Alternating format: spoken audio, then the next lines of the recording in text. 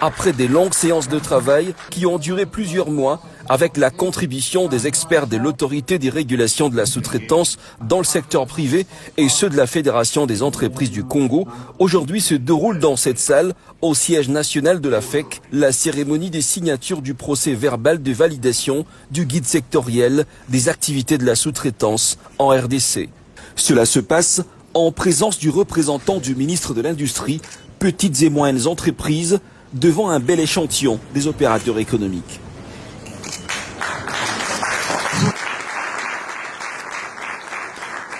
Il y a un peu certains problèmes qui s'est posé par rapport à son application. Et puis les opérateurs économiques et l'ARSP, on s'était convenu qu'il fallait qu'on se réunisse d'abord en commission mixte paritaire pour chercher un document qui pouvait appuyer les textes légaux de façon que l'application ne pose pas les problèmes. C'est ainsi que cette commission, la commission mixte paritaire, s'était réunie et avait travaillé. Et par après aussi, on devrait réunir les experts des deux côtés, du côté du secteur privé qui est représenté par la Fédération des entreprises du Congo et du côté aussi de l'ARSP.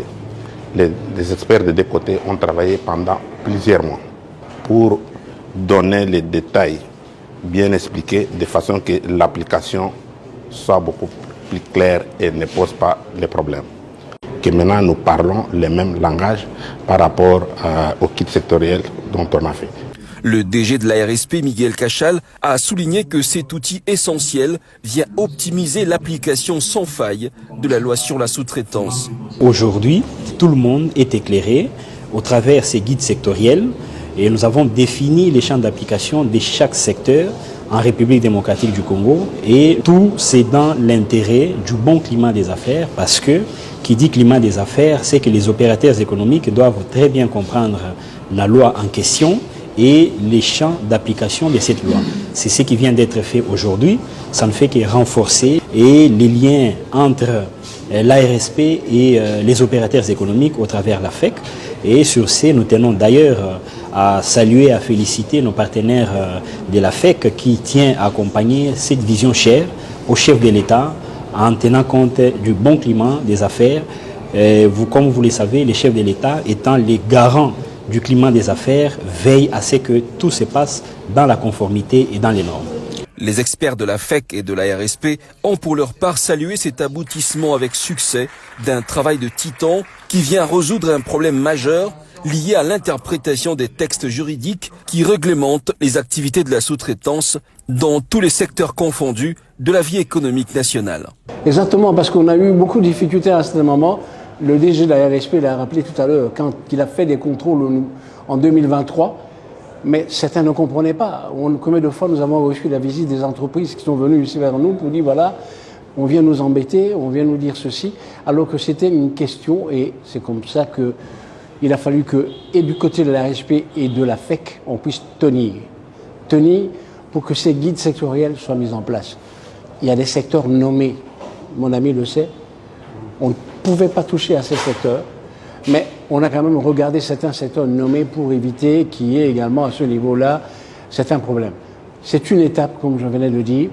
La prochaine étape, c'est la revisitation de la loi sur la sous-traitance et la loi sur l'entrepreneuriat congolais. Quand on aura mis la loi sur l'entrepreneuriat congolais en place, en ce moment, vous et moi, on pourra sourire parce que on aura alors une loi qui va permettre aux entrepreneurs congolais d'avoir des marchés auprès des grandes entreprises minières, brassicoles, un peu partout.